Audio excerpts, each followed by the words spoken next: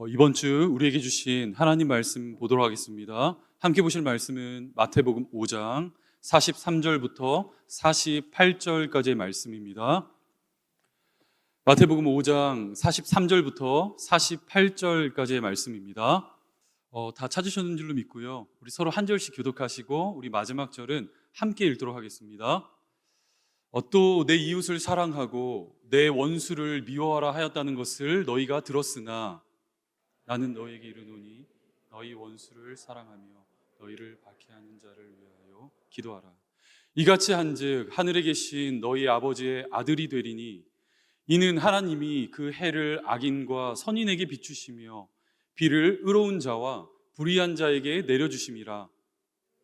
너희를 사랑하는 자를 사랑하라. 세리도 이같이 하니 또 너희가 너희 형제에게만 무난하면 남보다 더하는 것이 무엇이냐? 이방인들도 이같이 아니하느냐? 같이 읽겠습니다. 그러므로 하늘에 계신 너희 아버지의 온전하심 같이 너희도 온전하라. 아멘, 아멘. 반갑습니다. 우리 같이 샬롬이라고 인사하기를 원합니다. 샬롬. 네, 샬롬 맞으시죠? 네, 우리 성도님들께서 기도해 주시고 이렇게 염려해 주신 덕분에 2주간의 휴가를 잘 다녀왔습니다. 어떠세요? 제 얼굴이 조금 탄 것 같나요? 네, 그러니까 제가 더 그 휴가에 대해서 말씀드리지 않을게요. 네, 그 정도로 이렇게 다 내려놓고 우리 자녀들과 시간도 보내고요. 또 와이프랑 저랑 함께 만났었던 청년 시절에 교제했었던 교회도 가보고 그렇게 선교사님 댁도 방문해보고 이렇게 좋은 시간 보냈습니다. 아무쪼록 영육간에 강건케 하신 하나님의 은혜를 감사하며 우리 캘거리 제자 삼는 교회 또 부름의 상을 향해 힘껏 달려갈 수 있기를 주님의 이름으로 간절히 축복합니다. 아멘. 이번 주 말씀의 제목입니다. 남보다 더하는 것이 무엇이냐? 남보다 더하는 것이 무엇이냐? 이 제목을 가지고 하나님 말씀 증거하도록 하겠습니다. 주 안에 사랑하는 여러분, 우리는 지난 시간 서기관과 바리새인보다 더 나은 의를 행하며 살아가는 천국 백성들의 삶에 관하여 말씀을 살펴보았습니다. 예수님께서는 이 지점을 설명하시기 위하여 당시 신앙인들의 삶의 정중앙에 놓여져 있던 10계명이죠. 6계명인 살인하지 말라라는 계명을 통하여 그 안에 담긴 복음의 정신과 그 의미를 이렇게 풀어서 설명해 주시기 시작하셨는데 핵심 구절인 20절부터 보도록 하겠습니다. 20절입니다. 내가 너희에게 이르노니 너희 의가 서기관과 바리새인보다 더 낫지 못하면 결코 천국에 들어가지 못하리라. 옛 사람에게 말한 바 살인하지 말라. 누구든지 살인하면 심판을 받게 되리라 하였다는 것을 너희가 들었으나 나는 너희에게 이르노니 예물을 제단에 드리려다가 거기서 내 형제에게 원망 들을 만한 일이 있는 것이 생각나거든. 예물을 제단 앞에 두고 먼저 가서 형제와 화목하고 그 후에 와서 예물을 드리라. 우리가 이미 앞서 확인해 보았지만 성경이 말하는 살인, 이 라차흐라는 표현에 담긴 의미란 여러분 대체 무엇이었습니까? 우리가 직접적으로 어느 누군가의 목숨을 해하는 신체적인 살인만이 아니라 비록 눈에 보이지 않지만 우리의 마음으로 어느 누군가를 미워하고 증오함으로써 한 인격을 짓밟을 뿐만이 아니라 한 사람의 삶의 가능성을 송두리째 빼앗는 이런 간접적인 방식의 살인도 포함하고 있는 폭넓은 개념입니다. 따라서 성도는 단순히 눈에 보여지는 이러한 문자주의에 갇혀 나는 지금껏 누군가의 목숨을 취한 적이 없으니 6계명으로부터 자유합니다.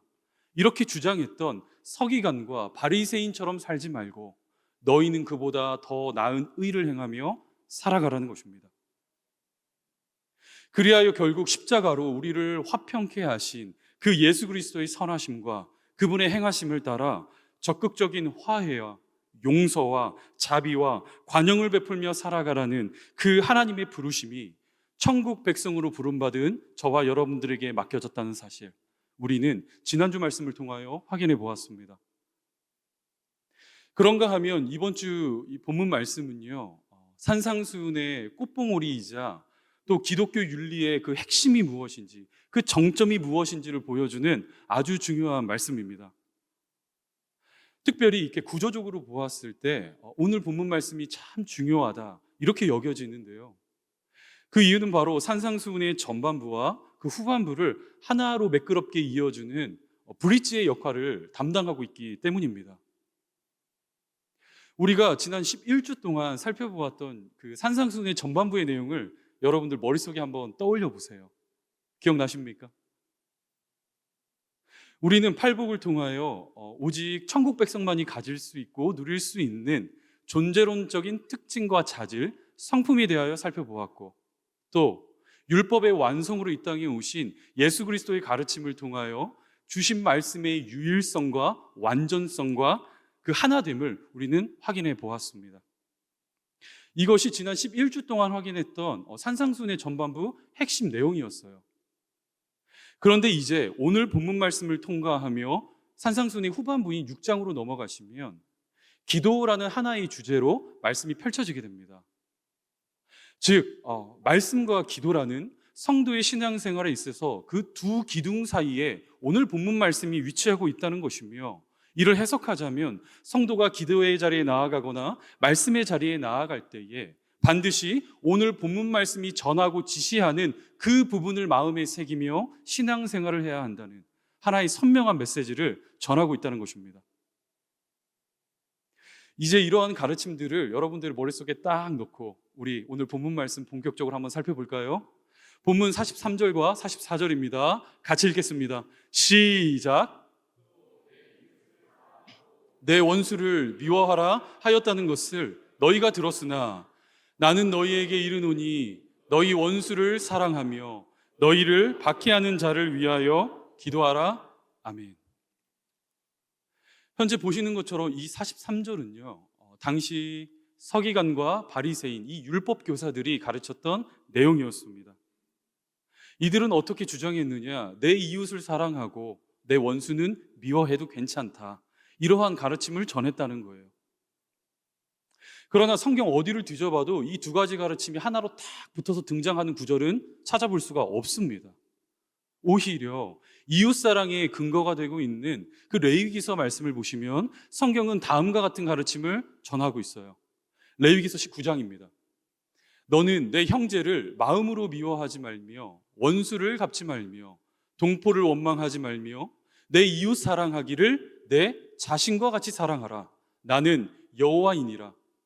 거류민이 너희의 땅에 거류하여 함께 있거든 너희는 그를 학대하지 말고 너희와 함께 있는 거류민을 너희 중에서 나은 자같이 여기며 자기같이 사랑하라. 너희도 애굽 땅에서 거류민이 되었었느니라. 나는 너희의 하나님 여호와이니라. 여러분, 지금 말씀이 어떻게 기록되고 있습니까? 저와 여러분들이 주어진 이웃을 사랑할 때 어떻게 사랑해야 한다고요? 내 자신처럼 사랑하라라는 것입니다. 뿐만 아니라 이 레위기서는요, 우리가 사랑해야 할 그 대상, 이웃의 범주를 어디까지 확장시키고 있느냐? 나의 형제와 동포뿐만이 아니라 거류민까지도 포함하고 있다는 거예요. 여기서 말하는 거류민이란 당시 이스라엘 백성들과 함께 뒤섞여 살고 있었던 이방 민족들 또는 종들을 의미합니다. 그런데 당시 율법 교사들은요, 이같이 명백한 하나님의 부르심과 그분의 명령이 있음에도 불구하고 어떠한 가르침을 전했다고요? 이웃은 사랑하고 원수는 미워해라, 이렇게 가르쳤다는 거예요. 그리하여 나와 혈통이 같은 자, 나와 신앙적 백그라운드를 같이 가지고 있는 자, 나와 뜻이 맞고 마음을 함께 할 수 있는 어떤 특정한 부류의 사람들을 나의 이웃이라 이렇게 축소시켜 놓고는 그 범주를 넘어서는 그 대상을 향해서 아주 날카로운 잣대를 들이대며 차별적이고도 이기적인 사랑을 행했다는 것입니다.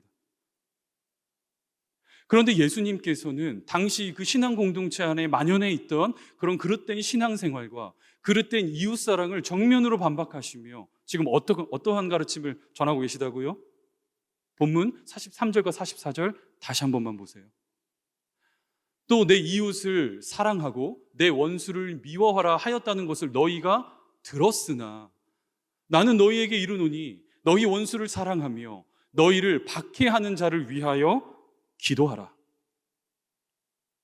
주 안에 사랑하는 여러분, 이것이 바로 기독교가 기독교답게 만드는 전형적인 사랑이자 교훈입니다. 너희는 원수를 사랑할 뿐만이 아니라 너를 박해하는 그 자들을 위하여 기도하라는 거예요. 오늘날 우리가 발딛고 살아가는 이 세상을 한번 눈을 돌려 살펴보십시오. 얼마나 사납고 무자비하며 이기적인 차별적인 사랑을 말하고 있는지 모릅니다. 나와 뜻을 함께하는 자, 조금 마음이 맞고 나의 존재를 알아주는 그 어느 누군가는 나의 이웃이라 말하며 사랑의 대상으로 딱 삼지만 그 범주를 넘어서는 다른 자들을 향해서는 가차없이 원수로 여겨도 된다는 그 무방하다는 그 흑백 논리가 오늘날 이 세상과 사회를 지배하고 있다는 거예요. 여러분, 멀리 갈 것도 없습니다. 그 성경의 말씀을 잘 보시면요, 우리가 반드시 주목해야 할 한 부분이 등장하고 있어요. 이 땅 가운데 죄가 딱 들어온 이후 나타난 비극 중에 가장 심각한 비극이란 여러분 무엇일까요? 하나님을 향한 저와 여러분들의 그 눈을 멀게 만들었을 뿐만이 아니라 그 풍성했던 사람과 사람 사이의 사랑을 왜곡시키고 축소시키는 일이었습니다. 아담과 하와의 모습만 보아도 우리는 이 사실을 발견할 수가 있는데, 이제 창세기 2장을 보시면 하나님께서 이제 창조하신 첫 여자를 본 아담의 고백은 다음과 같습니다. 제가 읽겠습니다.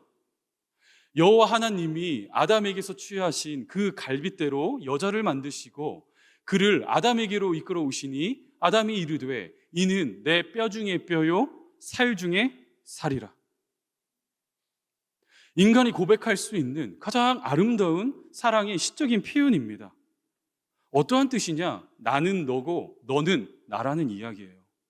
우리 두 사람은 서로 분리되어 존재할 수 없고 한 몸과 같습니다. 이러한 엄청난 사랑의 고백과 서약을 지금 아담이 하고 있는 것입니다.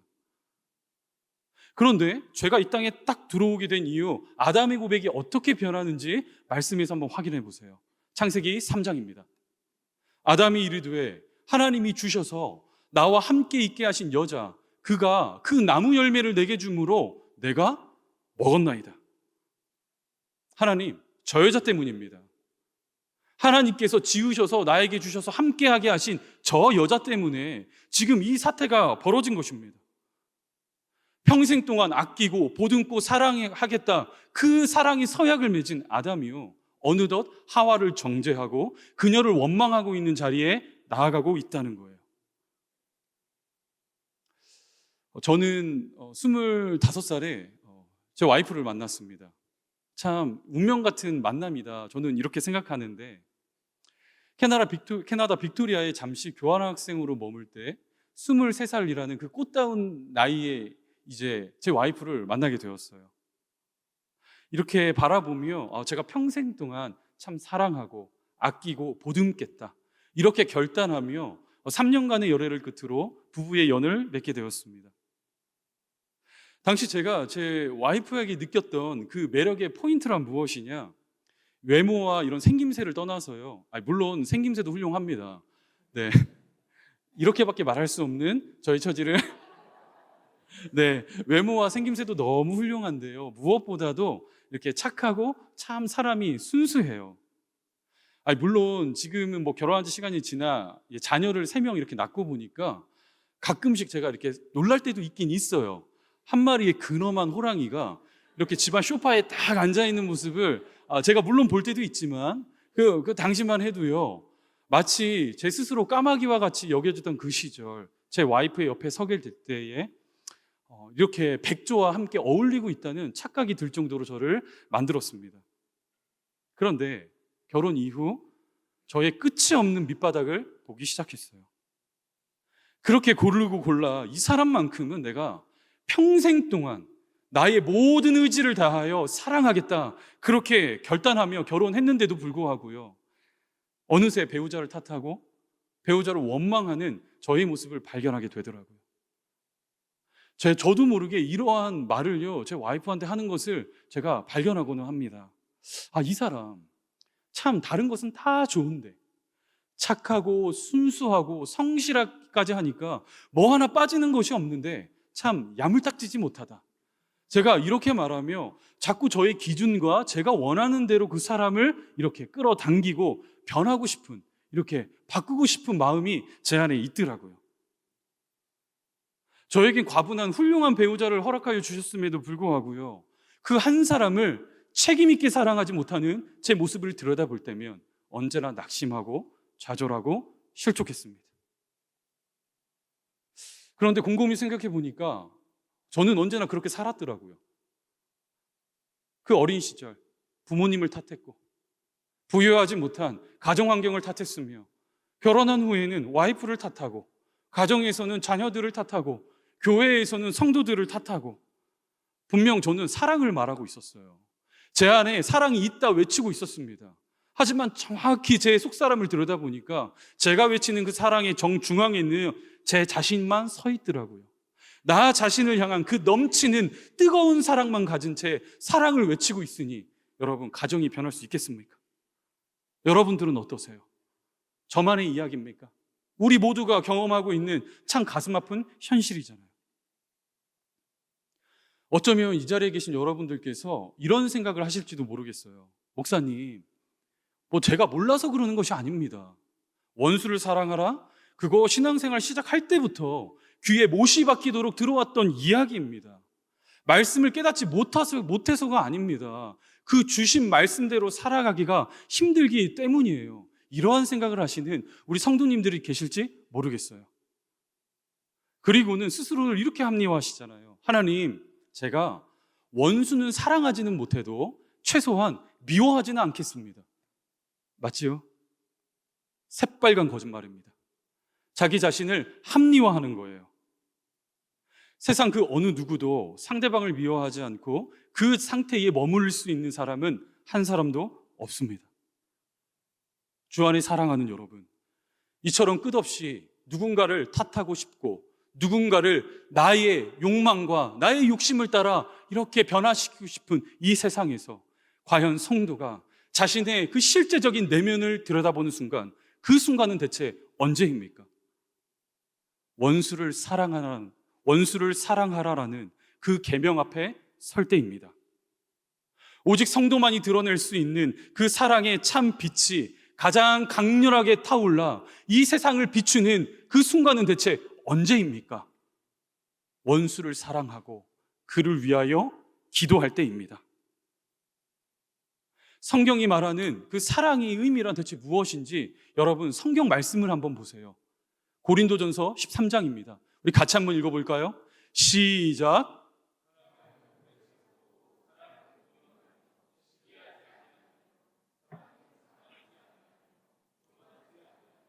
무례히 행하지 아니하며 자기의 유익을 구하지 아니하며 성내지 아니하며 악한 것을 생각하지 아니하며 불의를 기뻐하지 아니하며 진리와 함께 기뻐하고 모든 것을 참으며 모든 것을 믿으며 모든 것을 바라며 모든 것을 견디느니라.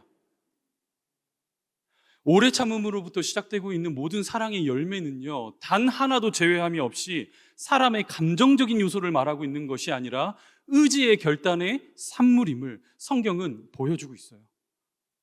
아마 이 자리 가운데 결혼하셔서 이렇게 이제 결혼 생활을 하신 여러분들 다 아시는 이야기잖아요. 사랑은 청춘 남녀가 꿈꾸고 소망하는 그 한여름밤의 꿈과 같은 이야기 아니라는 거 다들 잘 알고 계시잖아요. 만약 저와 여러분들의 마음속에 누군가를 사랑할 수 있는 그 감정이 막 우러나오고 그 사랑의 마음이 조성되어야 어느 한 사람을 사랑할 수 있다면 과연 우리가 이 땅에서 몇 사람이나 사랑할 수 있겠습니까? 굉장히 한정적인 것이죠. 그러나 원수된 나를 자신의 몸처럼 사랑하사 그 하나밖에 없는 독생자 아들 예수 그리스도 아낌없이 내어주시면서까지 나를 사랑하신 하나님처럼 그분의 고운 성품과 자질과 특성을 그대로 닮아 팔복의 은혜를 우리는 저와 여러분들은 내 원수를 사랑하라는 아버지의 말씀이 참된 진리임을 믿기에 그 뜻에 순종하기 위하여 몸부림치는 의지의 결단이 바로 이웃사랑이라는 것입니다. 제가 이 시간 좀 여러분들과 좀 솔직해지고 싶었어요. 이번 주 말씀, 오늘 본문 주신 말씀을 가지고 이렇게 묵상하는데 참 우리 사랑하는 성도님들께 솔직하고 싶다. 이 마음을 함께 나누고 싶다. 이러한 감동이 있더라고요. 돌이켜 보니까 저의 지난 목회 현장은 참 쉽지는 않았습니다. 목회의 길을 걸을 때에 우리 좋은 분들과 함께 막 사랑하고 보듬고 말씀 보고 기도하며 이렇게 아름다운 시간들을 꿈꾸며 전도사 시절 시작했거든요. 그런데 그 지난 시간들을 돌이켜 보니까 다 웃을 날만이 있던 것은 아니었어요. 그 중에 가장 힘든 일이란 무엇이냐? 어느 누군가를 사랑하는 일이었습니다. 현재 이 자리에 계신 여러분들처럼 다 마음씨가 곱고요, 온순하고요, 그렇게 좋은 성도님들만 계신 것은 아니더라고요. 때때로 목회자를 자리에 불러놓고 자신의 뜻을 관철시키기 위하여 눈에 도끼를 품고 그렇게 막 악담을 막 쏟아놓는 그런 성도님들 만나기도 하였고, 만약에 자신의 뜻대로 잘 되지 않으면요, 그 마음이 맞고 뜻이 통하는, 내가 충분히 설득할 수 있는 몇 가정을 뒤로 슬쩍 불러 모아 그렇게 함께 목회자와 성도들의 흉을 보는 성도들도 보았어요. 과연 저분이 하나님을 만난 사람이 맞나? 과연 저분의 심령 속에 복음이 자리하고 있는 거 맞나? 과연 저분이 성령께 지배당한 인생이 맞는가? 이러한 질문을 하지 않을 수가 없었습니다. 제가요, 교회를 개척한 이후 담임 목사와 부목사의 차이점이 무엇인지 요즘에 정말 뼈저리게 깨닫고 있어요. 사실 사역은 그렇게 다르지는 않아요. 같습니다. 말씀 전하고 티칭하는 거, 그 사역이 우리 모든 목회자들에게 맡겨진 신앙의 본분이 아니겠습니까? 그런데 어디에서 결정적인 차이가 나느냐? 성도를 품고 사랑하는 일이에요. 제가 부목사 때에는요, 이렇게 어려움이 있고 갈등이 있을 시에는 아주 호기롭게 무엇이 맞고 옳고 그른지를 막 가려내기 위하여 성도님 찾아갔습니다. 이렇게 막 들이받았던 순간도 있었어요. 그런데 담임 목회자가 되고 보니까 무엇이 달라졌느냐? 알고 있음에도 불구하고 그냥 모른 척 넘어가는 일이 참 어렵더라고요. 왜요? 왜 저는 알고 있음에도 불구하고 모른 척 넘어가야 합니까? 만약 제가 그 사랑의 힘을 잃어버린 채 그 마음이 아픈 성도를요, 정죄하고 미워하며 칼을 빼들었을 시 그 성도님에게 남은 선택지가 없는 거예요. 목회자의 마음이 돌아선 그 성도, 이 교회에서 신앙생활할 수 있겠습니까? 성도들은 돌아설지언정 담임 목사마저 등을 돌려버린다면 이 공간 어디에 있을까요? 그래서 저는요, 누군가를 사랑할 수 없다 여겨지는 밤이 찾아올 때면 우리 구주 예수께서 가르쳐 주신 것처럼 기도의 자리에 나아가곤 해요. 아마 경험해 보신 분들은 다들 아실 거예요. 그 누군가를 위하여 밤새 기도할 때에 과연 누가 은혜를 누리는지, 나를 박해하고 마음을 어렵게 하는 자들을 위하여 기도할 때 우리 하나님 일하시더라고요. 그 사람을 변화시키는 것이 아니라 기도하고 있는 저의 마음을 회복시키시더라고요. 어느 누군가를 손가락질하고 탓하기에 앞서 저의 지난 삶을 돌이키게 만드시더라고요. 너의 그 연약함, 너의 그 허물, 그것을 깨닫게 하실 뿐만이 아니라 저의 심정을 가난하게 하사 말할 수 없는 애통함을 가지고 기도의 자리에 나아가 그 하나님의 이름을 부르짖을 때에 나를 위하여 십자가에 달리신 그 예수를 바라보게 하시며 우리 하나밖에 없는 아들 예수 그리스도 이 땅에 보내신 그 하나님의 마음이 무엇인지 헤아리게 하시더라고요. 오늘 본문에 다음과 같은 하나님의 마음이 잘 기록되어 있습니다. 45절 보여주세요. 이같이 한즉 하늘에 계신 너희 아버지의 아들이 되리니 이는 하나님이 그 해를 악인과 선인에게 비추시며 비를 의로운 자와 불의한 자에게 내려 주심이라. 주 안에 사랑하는 여러분, 절대로 잊으시면 안 됩니다. 우리 아버지께서 저와 여러분들의 죄를 용서하시기 위하여 위대한 사랑의 결단을 하셨어요. 이 세상은 흉내낼 수 없고 결코 따라할 수 없는 그분만의 방식을 따라 십자가 사랑으로 이 자리에 함께한 저와 여러분들 모두를 용서하셨습니다. 믿으십니까? 저와 여러분들을 용서하셨어요. 로마서 5장입니다. 의인을 위하여 죽는 자가 쉽지 않고 선인을 위하여 용감히 죽는 자가 혹 있거니와 우리가 아직 죄인 되었을 때에, 아직 여전히 죄인 되었을 때에 그리스도께서 우리를 위하여 죽으심으로 하나님께서 우리에 대한 자기의 사랑을 확증하셨느니라. 곧 우리가 원수 되었을 때에 그의 아들의 죽으심으로 말미암아 하나님과 화목하게 되었은즉 화목하게 된 자로서는 더욱 그의 살아나심으로 말미암아 구원을 받을 것이니라. 아멘. 그렇게 우리 구주 예수께서 그 좋으신 하나님 아버지의 마음을 마음껏 헤아리시며 그분의 자녀로 부름받은 저와 여러분들에게 다음과 같은 사랑의 도전을 건네고 계시다는 것입니다. 본문 46절부터 마지막까지인데요, 우리 한 목소리로 한번 읽어볼까요? 시작. 무슨 상이 있으리요? 세리도 이같이 아니하느냐? 또 너희가 너희 형제에게만 무난하면 남보다 더하는 것이 무엇이냐? 이방인들도 이같이 아니하느냐? 그러므로 하늘에 계신 너희 아버지의 온전하신가 같이 너희도 온전하라. 아멘. 주 안에 사랑하는 여러분, 우리가 누군가를 용서하고 사랑한다는 것 말처럼 쉬운 일은 아니에요. 인정합니다. 나의 의지와 노력만으로 열리는 세계는 아닙니다.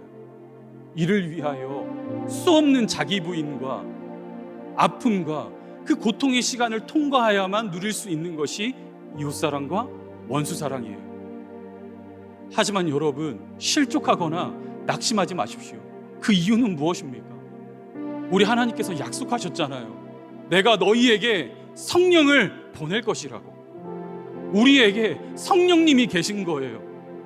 태초 전부터 구원할 것이라 인치심을 받은 저와 여러분들의 심령 속에는 단 한 사람도 제외함이 없이 우리 좋으신 성령 하나님 내주 역사하십니다.